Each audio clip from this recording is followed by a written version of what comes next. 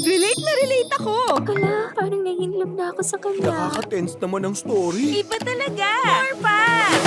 Dear M.O.R. Ibang kilig sa orig.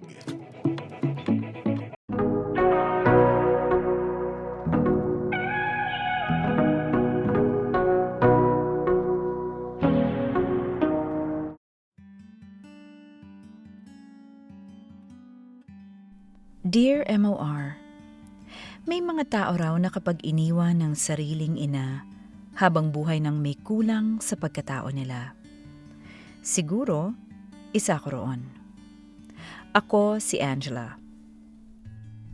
At kung may isang bagay man na magaling ako, yun ay ang magpanggap na okay ako kahit unti-unti nang gumugulo ang buhay.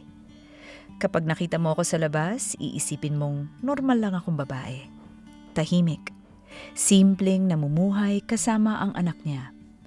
Pero walang nakakakita kung gaano kabigat ang mga gabing ako lang mag-isa ang gising, habang paulit-ulit kong tinatanong ang sarili ko kung saan nagsimulang masira ang lahat. Madalas dito nagsisimula ang gabi ko, nakaupo sa gilid ng kama habang pinapanood matulog ang anak ko. Wala siyang imik. Walang alam sa mga kasalanang ginawa ng nanay niya. Wala ring alam sa mga lihim na pilit kong ibinaon sa nakaraan dahil akala ko noon, kapag hindi ko na binalikan, mawawala na rin. Pero hindi pala ganoon ang mga sikreto. Habang pilit mo silang kinakalimutan, mas lalo silang bumabalik. Mas lalo silang lumalaki. Hanggang isang araw, gigising ka na lang na wasak na ang mga taong pilit mong pinoprotektahan. Nung una, akala ko alam ko ang buong kwento ng buhay ko.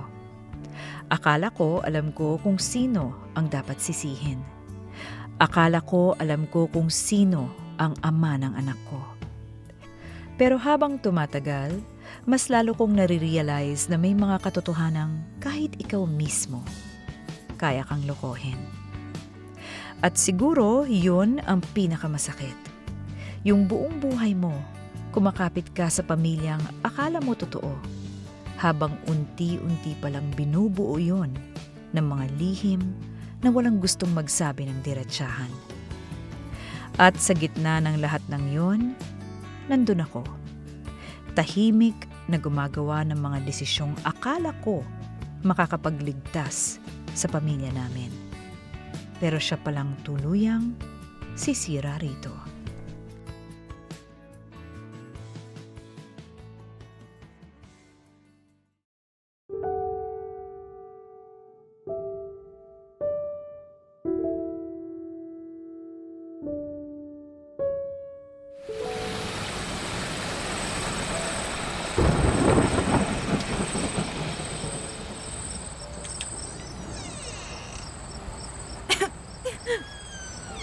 Gising ka na pala.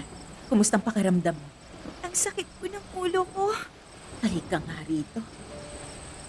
Naku, ang init mo pa rin. Sabi ko kasi huwag kang magbababad sa ulan kanina eh. Gusto ko po kasing umuwi agad.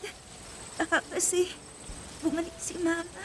Angela, Sabi mo po, baka sunduin niya ako sa isang araw eh. ikaw naman no. Hindi na po ba talaga siya babalik? Anak, Kahit saglit lang. Kahit makita niya lang ako. hindi ko alam. Kasalanan ko po ba kaya niya ako iniwan? Huwag mong iisipin yan, ha? Baka ako lang po ang iniwan ng nanay, no? Kasi lahat ng kaklase ko may nanay. Ako lang po wala. Angela, tignan mo ako, ha? Walang batang dapat sinisisi ang sarili niya dahil iniwan siya ng magulang. Hindi mo kasalanan kung may mga taong hindi kayang panindigan ang responsibilidad nila. Pero masakit po. Alam ko, Minsan, naiingit ako sa ibang bata kasi sinusundo sila ng mama nila sa school. Kapag may family day, naihiya ako kasi lagi ako tinatanong kung kailan siya darating. Tapos, wala pala akong hinihintay. halika nga rito. Simula nung mapunta ka sa bahay na to, hindi ka na naging mag-isa. Hindi naman po ikaw totoong mama ko. Totoo, hindi kita anak sa dugo. Pero anak kita sa puso ko. Talaga po. Oo. At kahit anong mangyari, hindi kita iiwan. Promise? Promise. Kahit makulit ako, Kahit sobrang kulit mo pa. kahit iyakin din ako, Kahit araw-araw ka pang umiyak. kahit na hindi mo po ko tunay na anak.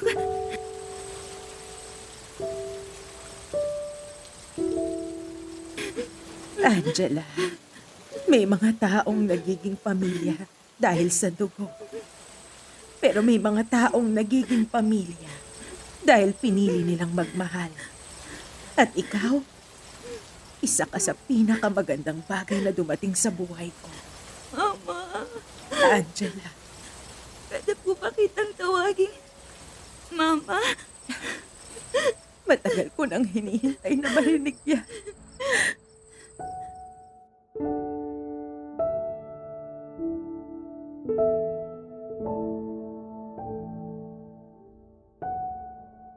Hindi ko maaalala kailan eksaktong nagsimulang maging mas mahalaga si Mama Sylvia kesa sa tunay kong ina. Basta isang araw, napansin ko na lang na siya na ang una kong hinahanap kapag may sakit ako. Siya rin ang unang tinatakbuhan ko kapag natatakot ako. At siya rin ang unang taong nagparamdam sa akin na may lugar ako sa mundo.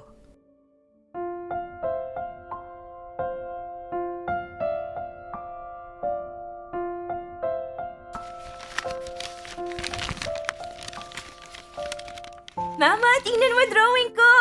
Ay, wow! Ako ba yan? Opo, tayo po yan sa harap ng bahay natin. Naku, napakaganda naman. Tayo lang po dalawa. Oh, bakit walang iba? Kasi okay na po ako kahit tayo lang. Angela. Hmm? Pangako, hanggat kaya ko, hindi mo mararamdamang kulang ka ng pamilya. Kahit wala ang totoong mama ko, Basta nandito ako. hindi mo po ako iiwan. Hindi. Kahit paglaki ko, Kahit pagtanda mo pa. kahit magkapamilya ka. Kahit ano pang mangyari. Anak kita.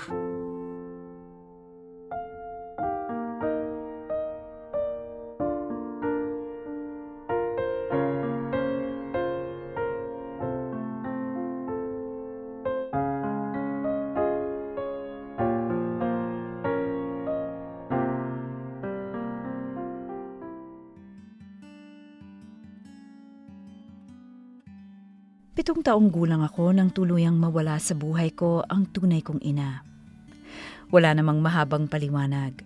Wala ring matinong paalam.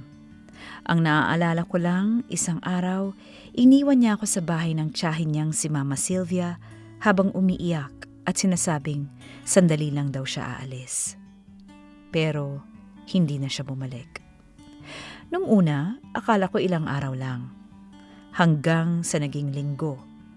Hanggang naging buwan. Hanggang sa unti-unti ko nang naiintindihan na may mga taong kayang iwan ang sarili nilang anak at hindi na lumingon pa.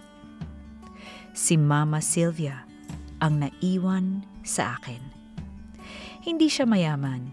Maliit lang ang bahay niya. Minsan hirap pa kaming pagkasyahin ng budget hanggang katapusan. Pero kahit ganoon, hindi ko kailanman naramdamang pabigat ako sa kanya. Habang lumalaki ako, mas lalo akong nakakapit sa kanya. Kapag may school activity, siya agad hinahanap ko.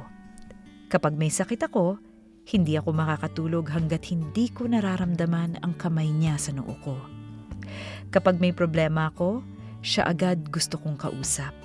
At siguro dahil natatakot akong maiwan ulit, halos lahat ng mundo ko umikot sa kanya. Hindi ko namalayan na habang tumatagal, hindi na lang siya basta tumatayong magulang para sa akin. Siya na mismo ang naging tahanan ko. Tahimik lang ang buhay namin noon. Simple. Magkasabay kumain, magkasabay mamalengke tuwing weekend. Minsan, manood ng lumang pelikula habang naghahati kami sa iisang kumot kapag umuulan. At sa maliit naming bahay, Pakiramdam ko ligtas ako. Pakiramdam ko may isang taong pipiliing manatili kahit anong mangyari. Kaya siguro nung dumating ang panahon na naramdaman kong baka may ibang taong maagaw siya sa akin, doon nagsimulang magulo ang lahat.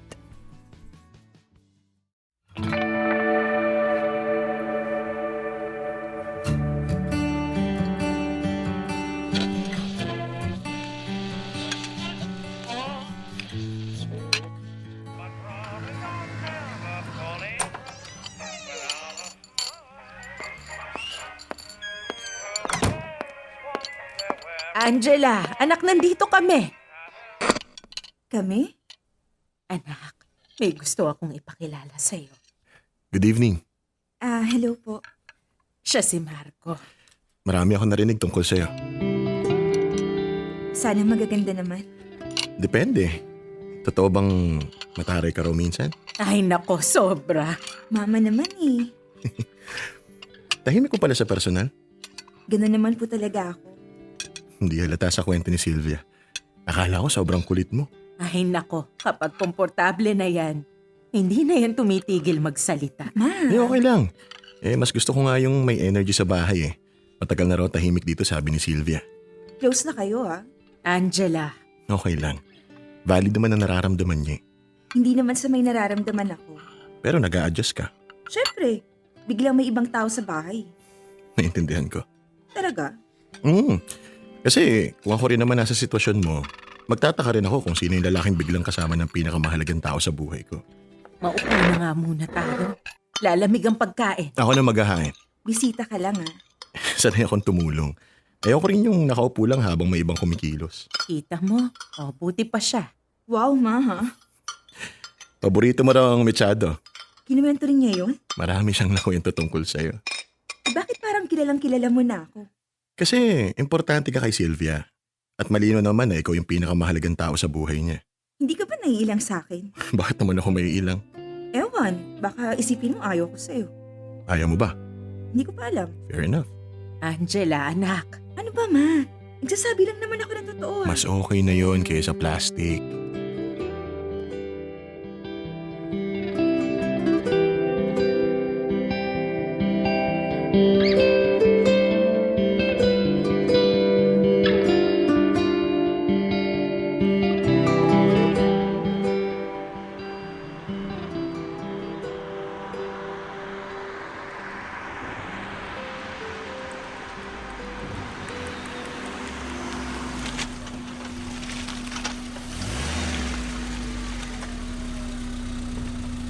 Sigurado ka dito ka lang sa sasakyan maghihintay? Hindi ka sasama sa mama mo? Oo. Mabilisan mo ah. Anak, sandali lang ako sa grocery. O Marco, dito na lang kayo ha. Baka may lumabas na sasakyan, nakaharang tayo. Sige. Pwede ba akong magtanong? Ano? Bakit parang natatakot ka sa akin? Hindi ako natatakot. Pero defensive ka eh. Hindi mo naman kasi maintindihan. Subukan mo. Simula bata ako, si Mama Silvia lang ang meron ako. Siya lang yung hindi umaalis. Kaya sanay akong kaming dalawa lang. Tapos bigla ka nalang dumating, hindi ko alam saan ako lulugar. Hindi mo naman kailangan makipag-agawan. Hindi mo sure. Angela, walang taong madaling palitan. Lalo na kung ganun ka kamahal ni Sylvia. Paano mo nasabi? Kita naman eh. Kapag ikaw ang pinag-uusapan, ibang-iba ang mukha niya. Parang proud na proud siya sa lahat tungkol sa'yo kahit simpleng bagay lang. Talaga? At alam mo, bihira yung ganun. Yung may taong titingin sa'yo na parang ikaw yung pinakamagandang nangyari sa buhay niya. Hindi mo alam ang pakiramdam na maiwan. Alam ko. Hindi. Hindi mo alam. Yung gigising ka isang araw tapos marirealize mong kaya ka palang iwan ng taong dapat unang nagmamahal sa'yo. Mula noon, palagi na akong takot. Kaya pala ang bilis mo magtayo ng pader. Nang harang sa mga tao. Kasi nakakapagod masaktan. Pero nakakapagod din mabuhay na lagi naghihintay na may aalis. Ang dali mong magsalita. Di rin? Marami rin ako mga panahong pakiramdam ko wala akong lugar sa buhay ng ibang tao. Kaya siguro, naintindihan kita kahit papano. Bakit parang ang komportable mong kausapin ako? Siguro kasi hindi kita ginajudge. Karamihan kasi sa tao, kapag nalaman nilang may abandonment issues ka, sasabihin dramatic ka lang. Eh, di naman drama yung takot na mawalan. Totoong sugat yun. O ano, kumusta kayong dalawa? Wala yung bibilhin ko rito eh. Kinukulit ko lang yung anak mo. Sinungaling. Mala. Hindi ka suplada yata ngayon ah. Naman. Alam mo, Marco, matagal ko nang hindi nakikitang ganito ka-relax si Angela sa ibang tao. Eh, mabait naman kasi siya talaga. Bolero. Totoo. Sana lagi na tayong ganito. Sana nga po.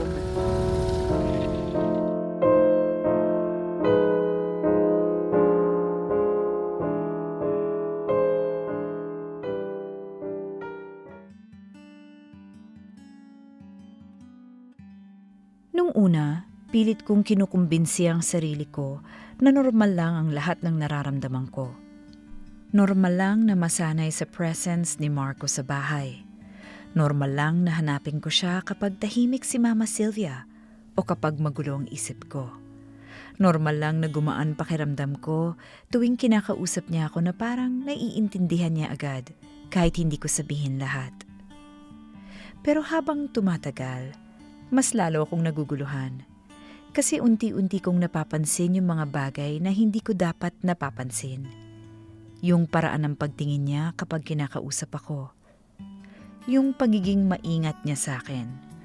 Yung simpleng paalala niya sa mga bagay na ako mismo nakakalimutan ko tungkol sa sarili ko. At doon ako nagsimulang matakot. Dahil partner siya ni Mama Sylvia. Ang babaeng buong buhay akong minahal kahit wala siyang obligasyon sa akin. Paulit-ulit kong sinubukang layuan si Marco noon. Kapag nasasala siya, nagkukulong ako sa kwarto. Kapag nagyayaya siyang sumabay kumain, gumagawa ko ng dahilan para mauna o mahuli. Minsan, nagpapanggap pa akong tulog para lang hindi kami magkausap. Pero habang umiiwas ako, lalo naman kaming nagkakaroon ng pagkakataong magkasama. Kapag sinusundo niya si Mama Sylvia sa trabaho at ako lang ang naiiwan sa sasakyan kasama niya. Kapag sabay kaming inuutusan mamalengke. Kapag napapansin niyang tahimik ako at kusa siyang nagtatanong kung okay lang ba ako. At siguro ang pinakamali ko, hinayaan kong masanay ako sa pakiramdam na may isang lalaking marunong makinig sa akin. May mga gabi ring nahuhuli ko sarili kong nakatingin lang sa kanila ni Mama Sylvia habang magkatabi silang tumatawa. Tapos, nakakaramdam ako ng kung anong hindi ko maipaliwanag. Selos, guilt, takot. Lahat sabay-sabay dahil alam kong mali. Alam kong hindi dapat. Pero habang pilit kong nilalabanan yung nararamdaman ko, mas lalo ko namang nare-realize na unti-unti na akong nahuhulog sa taong hindi ko kailanman dapat minahal.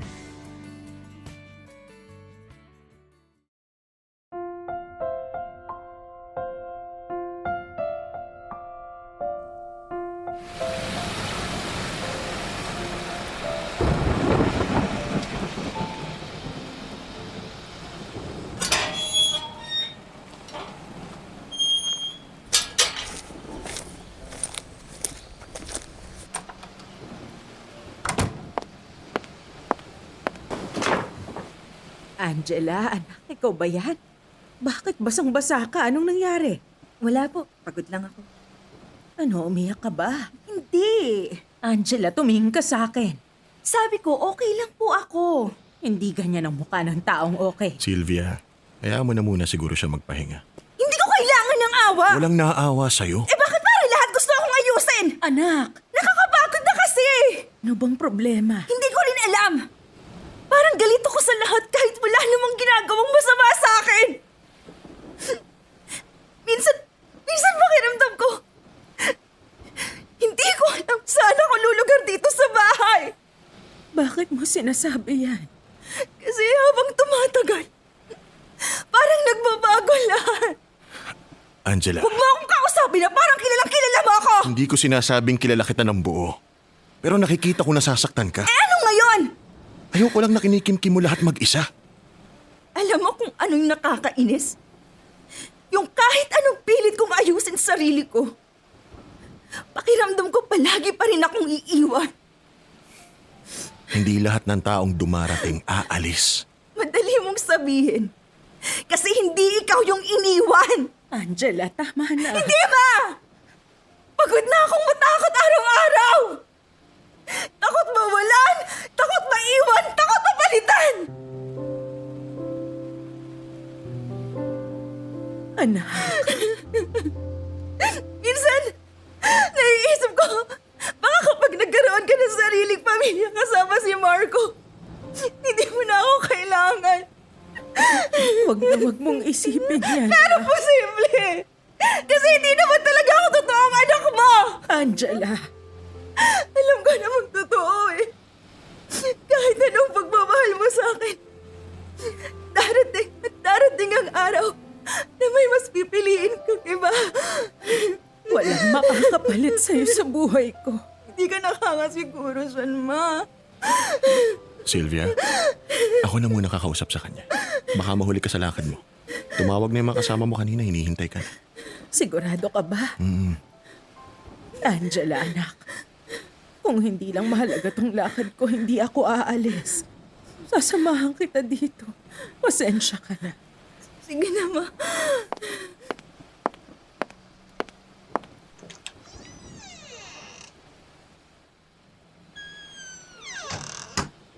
Huminga ka muna.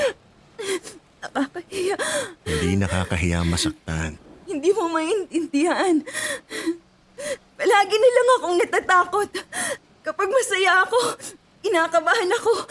Kapag may taong nagmamahal sa akin, iniisip ko agad kailan sila aalis. Nakakapagod mabuhay ng ganun. Kaya mo pala laging inuunahan masaktan ang sarili mo. Kasi mas madali yun. Kaysa maghintay na iwan ka ulit. Angela, Ano? hindi ka mahirap mahalin.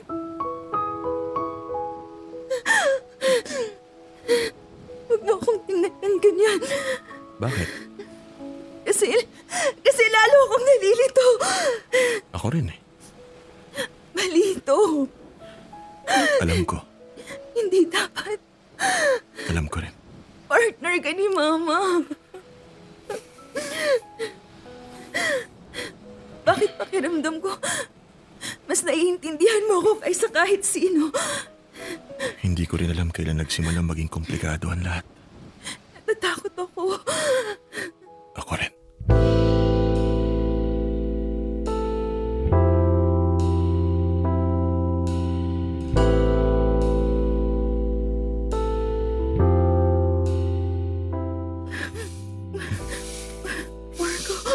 Angela.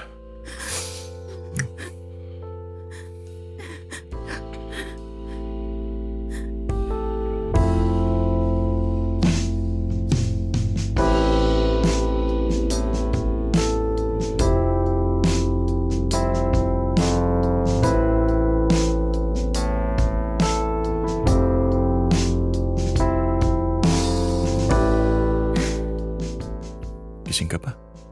Sana pinaginip lang to. Angela, May mali tayong ginawa. alam ko. Paano natin haharapin si Mama? Hindi ko alam. Diyos ko.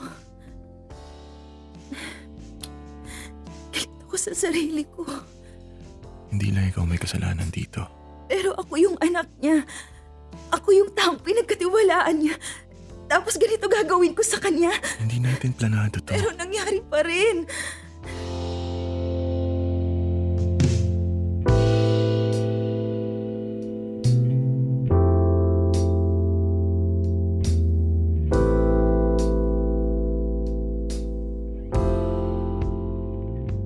Marami ang nangyari sa paglipas ng mga panahon.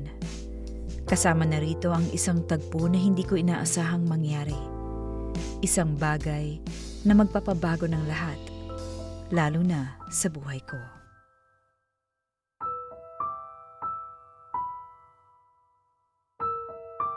Ma, Bakit parang ang lungkot mo nitong mga nakaraan? Pagod lang po siguro. Angela, anak, may problema ka ba? Po? Natatakot ako kapag ganyan kang tahimik. Ma? Buntis ako.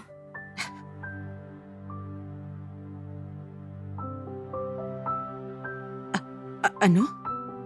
Sorry. Sorry, Ma. Hindi ko ginusto. Sinong ama? Iniwan niya ako. Ano? Ayaw niya panagutan eh. Galit ka ba? Hindi kita kayang pagalitan ngayon. Ma? Anak pa rin kita. Hindi kita papabayaan, ha? Narinig mo? Hindi ka mag-isa rito. Hindi ko deserve ang kabaitan mo, Ma. Tama na. Ang importante ngayon, ikaw at ang bata.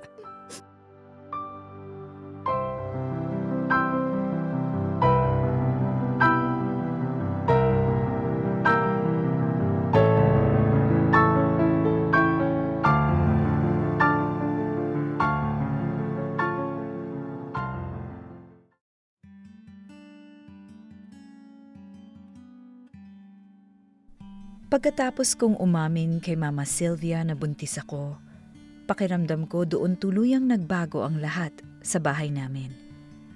Tahimik pa rin naman, pareho pa rin ang ayos ng sala, pareho pa rin ang pwesto ng mga gamit, pareho pa rin ang hapag na sabay naming kinakainan gabi-gabi. Pero iba na yung pakiramdam. Parang may kung anong mabigat na nakasabit sa pagitan naming lahat na walang gustong magsalita tungkol doon. Mas naging maingat si Mama Sylvia sa akin pagkatapos noon. Halos ayaw na niya akong pagtrabahuin sa bahay. Siya na rin madalas ang nag-aalaga sa akin kapag nahihilo ako o nagsusuka dahil sa pagbubuntis. At habang mas lalo niya akong inaalagaan, mas lalo naman akong nilalamon ng konsensya. Kasi habang yakap niya ako at paulit-ulit na sinasabing hindi niya ako pababayaan, alam kong ako mismo ang sumira sa tiwalang ibinigay niya sa akin. Pero sa lahat ng tao sa bahay, si Marco ang pinaka nagbago. Mas naging tahimik siya. Madalas hindi na niya kayang tumingin ng diretso sa akin. Kapag magkasabay kami sa sala, mabilis siyang aalis. Kapag nagkakasalubong kami sa kusina, parang pareho naming gustong umiwas. At doon ako nagsimulang kabahan. Kasi hindi yun simpleng guilt lang. Parang may gusto siyang sabihin na hindi niya masabi. May mga pagkakataon pa ngang nahuhuli ko siyang nakatingin sa ultrasound ng baby habang tulala. Parang may iniisip siyang mas mabigat kesa sa kasalanang pareho naming ginawa. At habang tumatagal, mas lalo kong nararamdaman na may parte ng gabing yon na hindi ko maalala ng buo. May mga pira-pirasong alaalang pilit bumabalik pero hindi ko mahawakan ng malinaw. Nung una, iniisip kong epekto lang yon ng guilt. Pero habang nakikita ko unti-unting nawawala ang katahimikan ni Marco, nagsimula akong matakot. Dahil pakiramdam ko, hindi pa yon ang buong katotohanan ng nangyari sa buhay namin. Dear M.O.R. Ang mga kwento ng puso mo. #Dear M.O.R. Pinagsaluhan.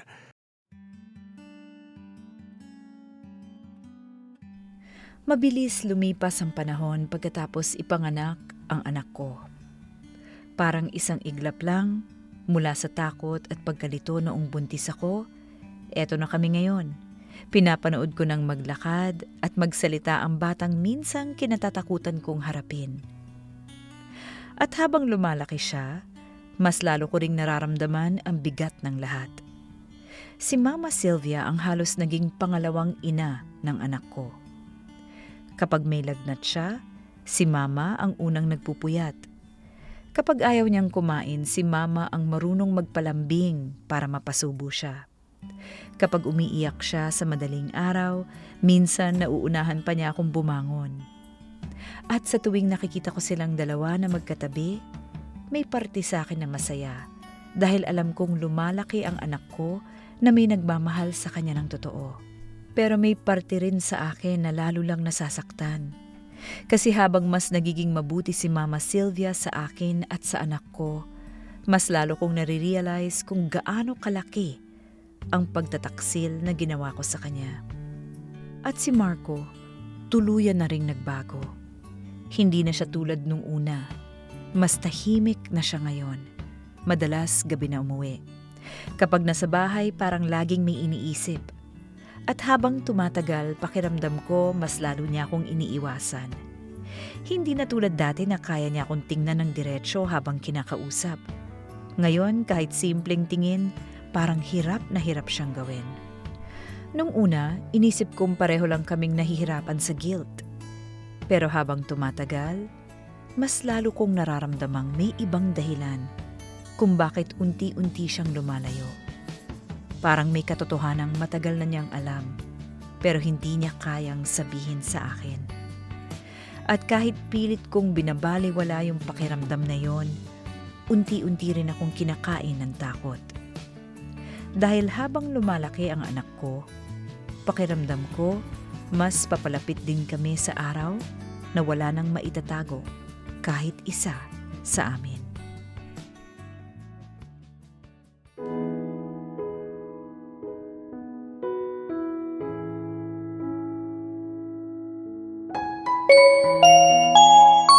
Please proceed to the emergency room. Anak, tingnan mo si Mama. Please, kain ka kahit konti. Simula pa kagabi mataas ng lagnat niya. Bakit parang lalo siyang nanghihina? Hindi ko alam, Ma. Kanina hindi na siya halos makatayo. Darating na raw ang doktor.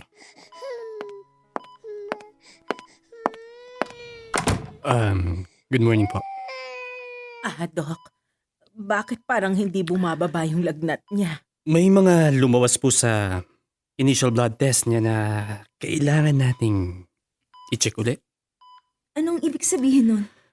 Ma'am, may possibility po na may underlying blood condition ng bata eh. Delikado po ba? Hindi pa natin masasabi hanggat wala pa tayong complete test. Anong kailangan gawin?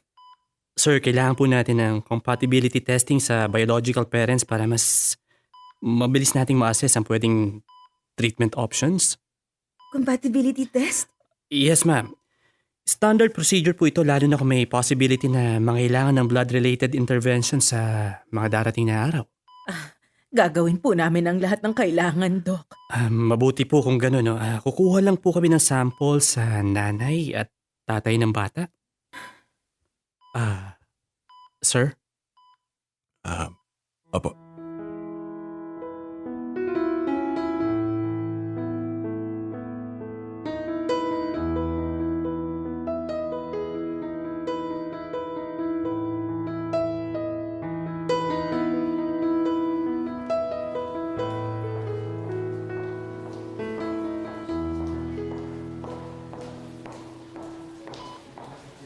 Bakit parang ang tahimik mo?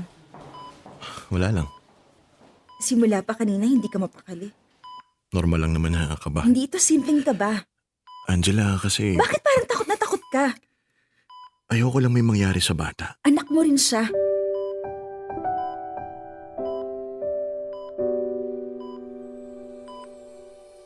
Marco, Huwag muna tayo mag-isip ng kung ano-ano. bakit parang may gusto kang sabihin? Wala. Simula noon pa ganito ka na. May gusto kang sabihin pero hindi mo masabi. At sa tuwing titingin ka sa anak ko, parang may kung anong mabagabag sa'yo. Angela, please. Hindi ako tanga. Angela, nagkasabay kami ni Doc papunta rito. May gusto yata siyang sabihin. Miss Angela, Doc, okay na po yung result? pwede po ba tayong mag-usap muna? Doc, ano po ba yung resulta? May concern po sa compatibility result eh. Anong concern? Lumabas po kasi na hindi compatible ang DNA markers ng bata at ng sinasabing yung tatay.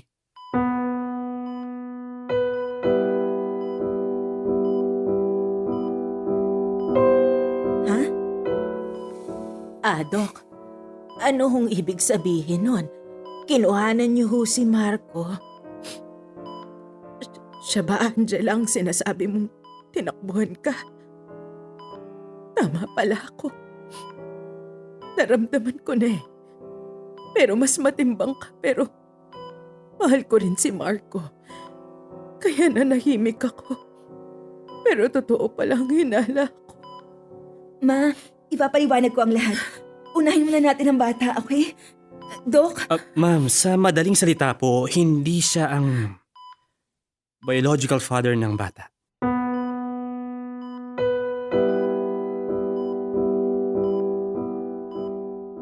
hindi. Pwedeng may pagkakamali ho, kaya i-recommend ko po sana ng isang confirmatory testing pero... Hindi posible yan. Sorry, Sylvia. Dok, baka may mali lang sa laboratory. Ma'am, naiintindihan ko po yung reaction nyo pero malinaw po yung findings. Hindi. Sige po, iwan ko muna kayo para makapag-usap kayo na mas mabuti ha.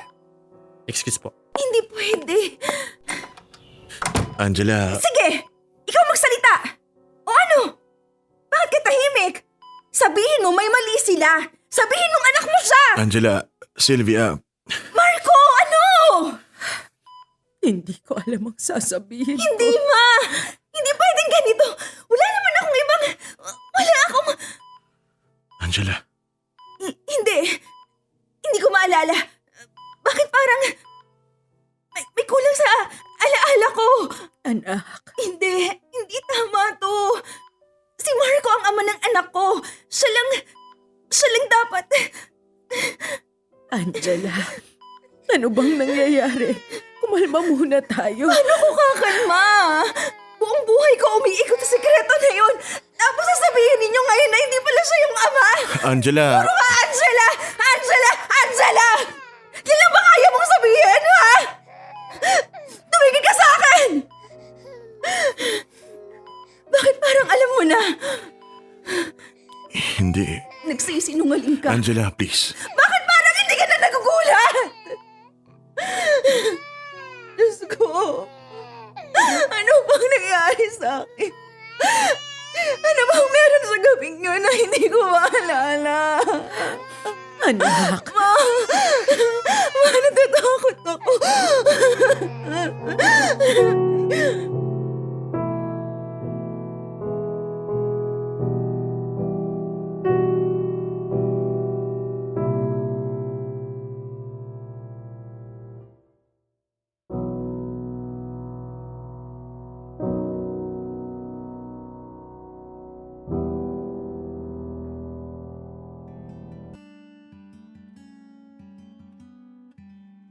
Pagkatapos lumabas ang resulta ng DNA test, pakiramdam ko unti-unting nawalan ng direksyon ang lahat ng nasa isip ko.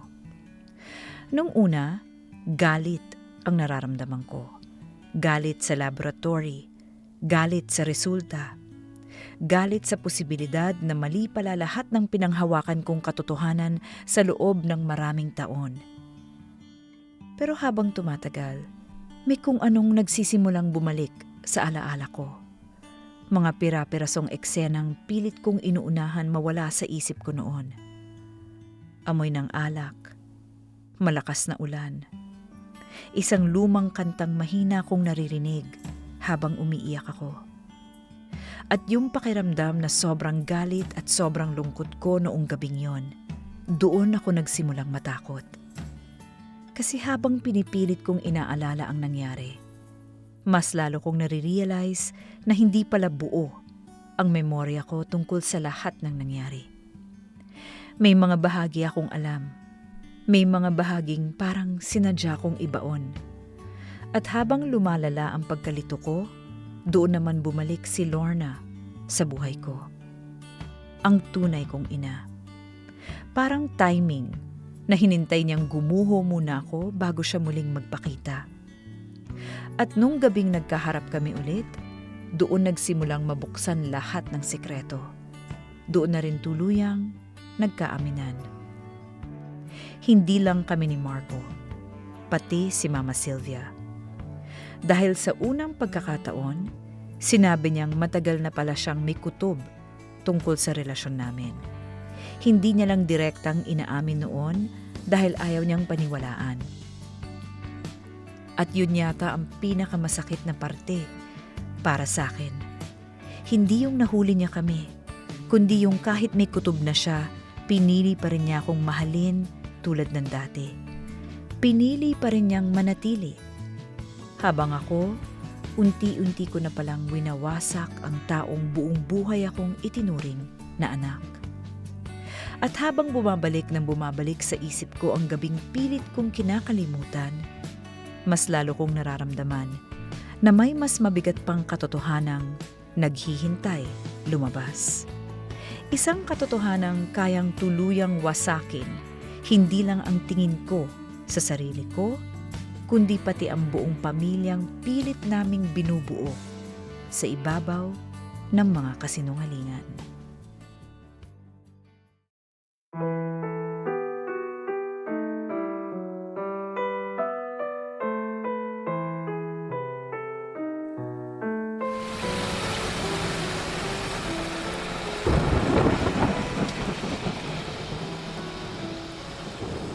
Bakit nandito siya? Angela, Hindi, Ma. Sagutin mo ako, bakit nandito siya? Matagal na tayong hindi nagkita. Huwag mo akong kausapin na parang may karapatan ka pa. Naiintindihan ko ang galit mo. Hindi mo maintindihan kahit kailan. Dahil ikaw yung umalis. Ikaw yung nang-iwan. Tapos ngayon bigla ka nalang susulpot habang magulong buhay ko? anak, uminahon ka muna. Paano ko kakalma? Simula na lumabas sa resulta ng DNA test, pakiramdam ko mababaliw na ako. Angela, Ikaw manahimik ka muna. Ma, bakit nandito siya? Ako ang naghanap sa kanya, anak. Ano? Iniisip kita buong magdamag pagkatapos nung nangyari sa ospital. Hindi ka makatulog. Hindi ka rin makakain. Ulit-ulit mong sinasabi na parang may nawawala sa mga alaala mo. At habang nakikita kitang unti-unting bumabagsak, naisip ko na baka may parte ng nakaraan mo na ako lang ang hindi nakakaalam. Kaya hinanap mo siya? Oo, anak. Pagkatapos ng lahat ng ginawa niya sa atin? Hindi ko siya hinanap para patawarin mo. Hinanap ko siya dahil natatakot akong tuluyan ka nang mawala dyan sa sarili mo. Ma! Kahit anong galit ang meron ka sa kanya noon, nanay mo pa rin siya. At kung may alam siyang makakatulong para maintindihan natin ang nangyayari, handa akong magpakumbaba para sa iyo. Hindi ko deserve. Hindi to tungkol sa deserve mo ba yan o hindi. Anak kita. At habang nakikita kitang nasasaktan, wala akong ibang iisipin kundi paano kita matutulungan. Kailangan mo malaman ng totoo. Anong totoo pa bang kulang? Hindi pa ba sapat na buong buhay ko? Akala ko si Marco ang ama ng anak ko? Hindi siya. Alam ko na yan! Ang gusto kong malaman, sino? Angela, Sabihin mo! yung gabing umalis ka rito, matapos kayong magkasagutan ni Sylvia.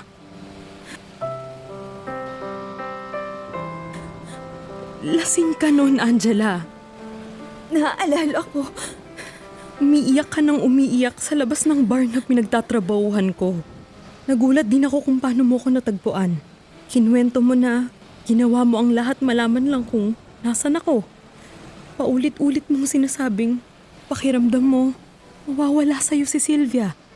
Tama na. Dumating ako noon kasama Tama na sabi! ko si Ruben. sino si Ruben?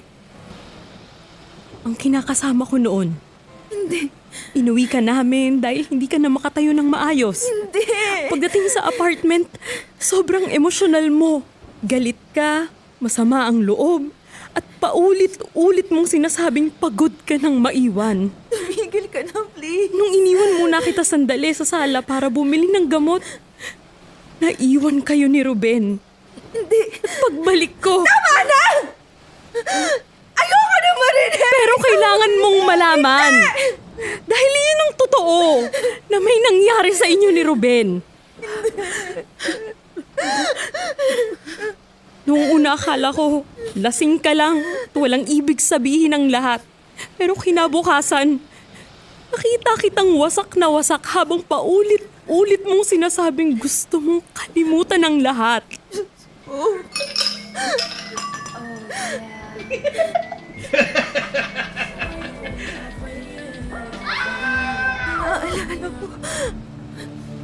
Naalala ko yung ulan. Yung amoy ng alak. Yung kanta. Diyos ko. Hindi si Marco. Hindi si Marco. Anak, Hindi ko alam. Hindi ko alam na yun pala.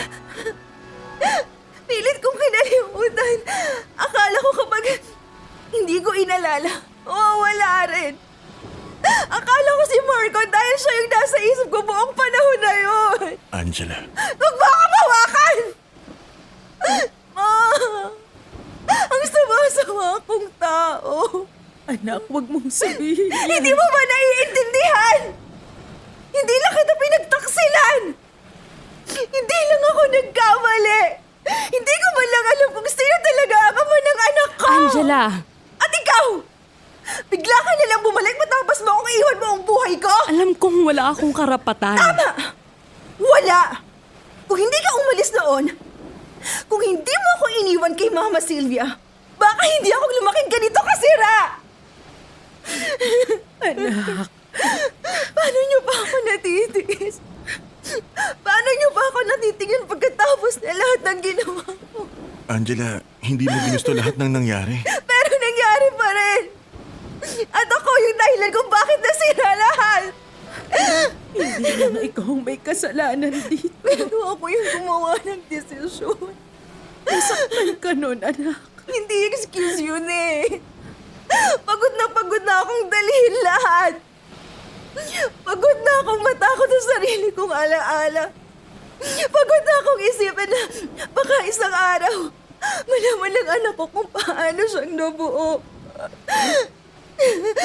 At higit sa lahat, pagod na akong makita kung paano ko unti-unting sinira ang pamilyang unang nagmahal sa akin ng totoo.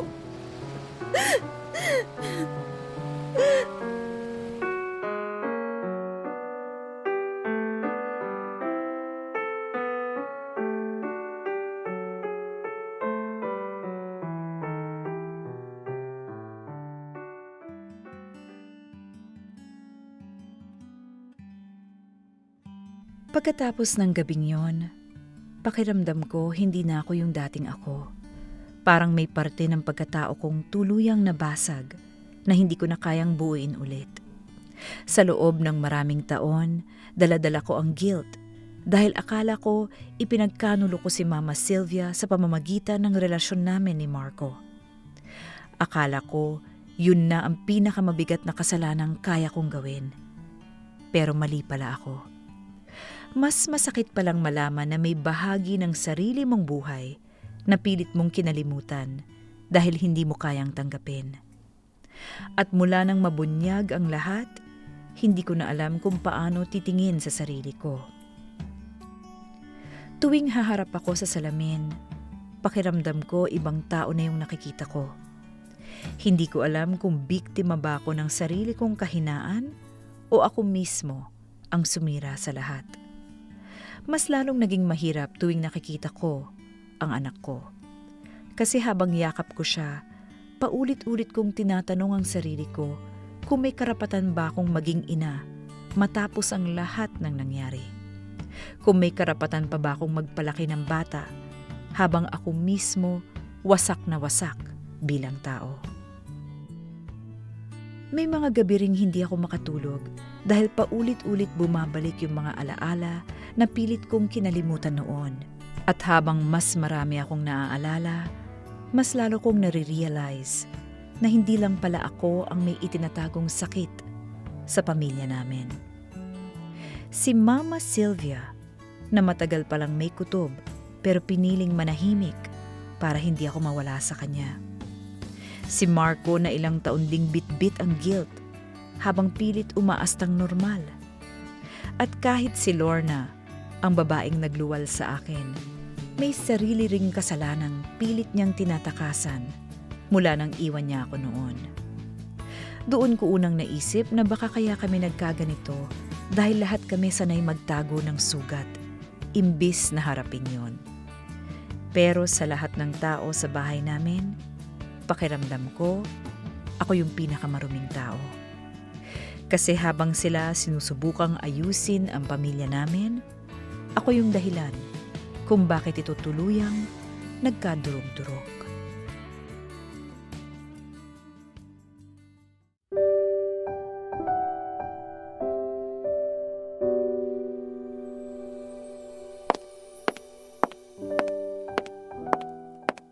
Gising ka na pala. Hindi ako makatulog. Ako rin, anak. Oh, uminom ka muna ng mainit. Salamat, Ma. Ma, bakit parang hindi ka galit sa akin? Sino bang nagsabing hindi ako nasaktan? Hindi yun yung tinatanong ko. Galit ako. Nasaktan ako. May mga gabi ring tinatanong ko yung sarili ko kung saan ako nagkulang. Kung bakit nangyari sa atin lahat ng to. Ma, Pero higit sa lahat, mas nangingibabaw yung takot kong mawala ka. hindi mo dapat ako pinapatawad. Bakit?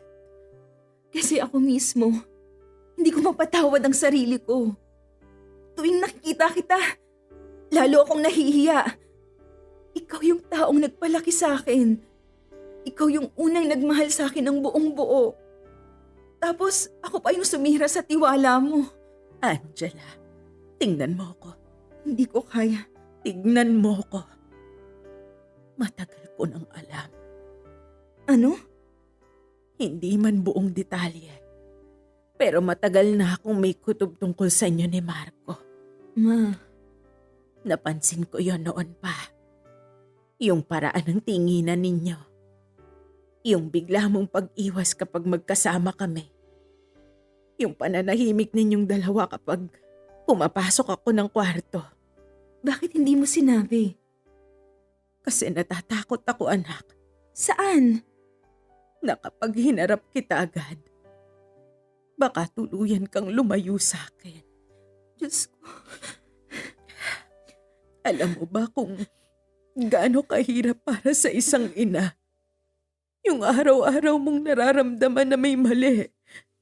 Pero pinipilit mong manahimik dahil ayaw mong mawala yung anak mo. Hindi kita deserve bilang nanay. Huwag mong sabihin yan. Totoo naman! Sinaktan kita! Pinagpalit ko lahat ng sakripisyo mo para sa isang maling relasyon. At higit sa lahat, nagsinungaling ako sa iyo habang yakap-yakap mo ko at pinapangako mong hindi mo ko pababayaan. Dahil yun sa anak kita. Hindi mo ako tunay na anak! Angela, ilang beses ko mang sasabihin sa'yo na hindi dugo ang dahilan kung bakit kita minahal. Pero normal na tao lang naman may hangganan. Siguro. Pero nung iniwan ka ng mama mo rito, nangako ako sa sarili ko na hindi mo mararamdaman na mag-isa ka. At hindi mababago ng kahit anong pagkakamali mo yon.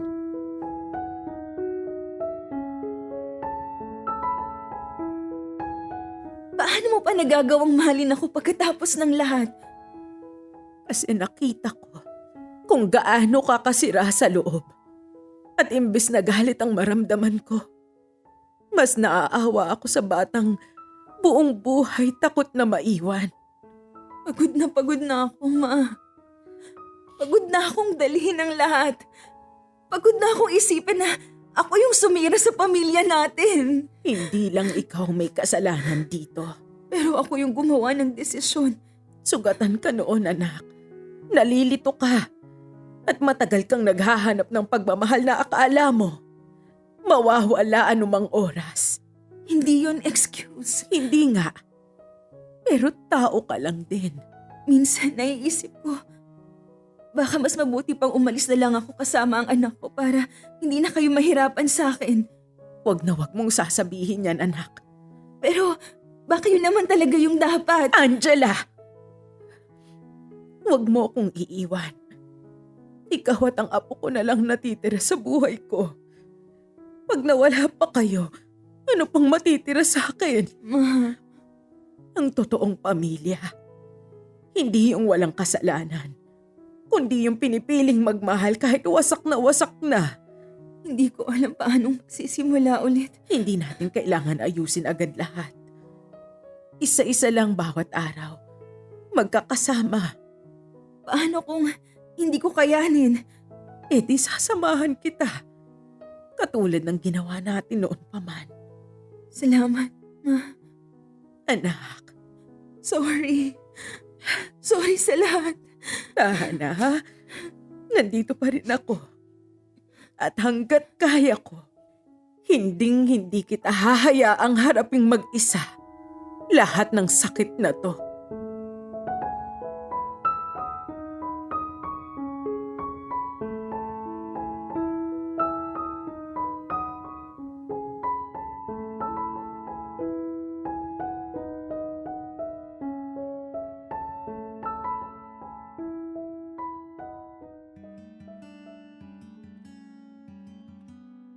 Hindi naging madali ang lahat pagkatapos ng gabing iyon. Walang himalang nangyari pagkaraang magkausap kami ni Mama Sylvia. Hindi rin biglang nawala ang guilt, hiya at sakit na matagal kong dala. Pero siguro sa unang pagkakataon, natuto kaming harapin ang katotohanan nang hindi na nagtatago. Unti-unti ring nagbago ang buhay ng bawat isa sa amin. Si Marco, umalis. Hindi dahil pinalayas siya ni Mama Sylvia, kundi dahil alam niyang masyado ng maraming sugat ang naiwan ng mga pagkakamali namin. Bago siya umalis, humingi siya ng tawad sa akin at kay Mama Sylvia. Hindi na rin niya pinilit ayusin pa kung anong meron sa pagitan namin dahil pareho naming alam na wala nang mabubuong tama mula sa relasyong nagsimula sa mali. Minsan, nagpapadala siya ng tulong para sa anak ko, pero hanggang doon na lang. Tahimik na lang siyang nawala sa buhay namin. Si Lorna naman bumalik ulit sa pagiging estranghero. Siguro dahil kahit gusto niyang bumawi, may mga taon at sugat na hindi na kayang habulin pa. Paminsan-minsan nagpapadala siya ng mensahe, nangangamusta, humihingi ng pagkakataon. Pero hanggang ngayon, hindi ko pa rin alam kung kaya ko ba siyang tawaging nanay. At habang sinusubukan kong buuin ulit ang sarili ko, doon ko rin unang naintindihan kung bakit may mga parte ng gabing yon na hindi ko maalala noon. Ipinaliwanag sa akin ng nakausap kong mental health professional na may mga pagkakataong kapag sobrang bigat ng trauma, guilt o emotional stress na nararanasan ng isang tao, may tendency ang isip na itulak palayo o ibaon ang ilang alaala bilang paraan ng pagprotekta sa sarili. Hindi ibig sabihin nun na nababaliw ka. Hindi rin ibig sabihin nun na gawa-gawa lang lahat. Minsan, paraan lang yun ng utak para mabuhay ka kahit sobrang bigat na ng emosyon na dala mo. At siguro yun ang nangyari sa akin. Matagal kong kinimkim lahat. Takot, abandonment, guilt, at yung matinding hiya sa sarili. Kaya may mga bahagi ng alaala kong pilit ko ring kinalimutan ng hindi ko namamalayan. Hanggang ngayon, hindi ko pa rin masasabi na okay na ako ng buo. May mga gabi pa rin mabigat. May mga alaala pa rin masakit balikan. Pero unti-unti kong tinatanggap na hindi ko kailangang harapin lahat mag-isa. Natuto akong humingi ng tulong. Natuto akong magsabi kapag hindi ko na kaya. At sana, kung may isang taong makarinig ng kwento ko na may dala ring mabigat na trauma o pagkalito sa isip nila, sana maaalala nilang hindi kahinaan ang humingi ng tulong sa mga profesional na marunong umintindi at gumabay. Kasi minsan, ang unang hakbang para makarecover ay yung pagtanggap na kailangan mo ring may sumalo sa'yo. At eto kami ngayon. Tahimik na gabi ulit. Katabi ko ang anak ko habang mahimbing siyang natutulog. Walang alam sa lahat ng unos na pinagdaanan bago siya dumating sa buhay namin. Unti-unti na rin siyang gumagaling sa kanyang sakit. Madalas iniisip ko pa rin kung anong klaseng tao ako kung hindi nangyari ang lahat ng yon. Kung naging mas mabuti ba akong anak? Mas mabuti bang ina? Mas mabuting tao? Pero habang tumatagal, mas lalo kong naiintindihan na hindi ko na kayang baguhin ang nakaraan. Hindi ko na mabubura yung mga maling desisyong ginawa ko. Hindi ko na maibabalik yung mga panahong nasaktan ko ang mga taong nagmahal sa akin. Pero may isang bagay akong siguradong ayokong ipamana sa anak ko. At yun ang buhay na puno ng kasinungalingan at mga lihim na unti-unting sumisira sa pamilya. Kasi ngayon alam ko na, ang mga sikreto kapag masyado mong itinago, kaya nitong wasakin kahit yung mga taong pilit mong iniingatan.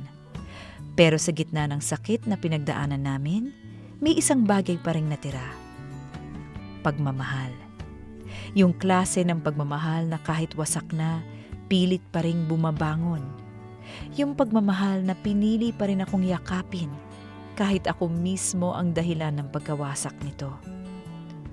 Lumaki akong takot maiwan, pero sa takot kong mawalan ng pagmamahal, ako mismo ang sumira sa pamilyang kumupkop sa akin. Marami kaming pinagsaluhan ni Mama Sylvia, hirap at ginhawa.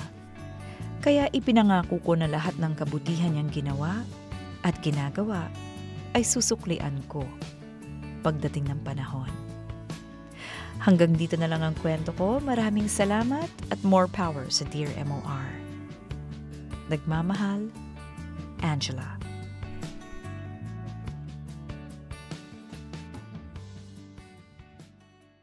Dear MOR, ang mga kwento ng puso mo. #Dear MOR, pinagsaluhan.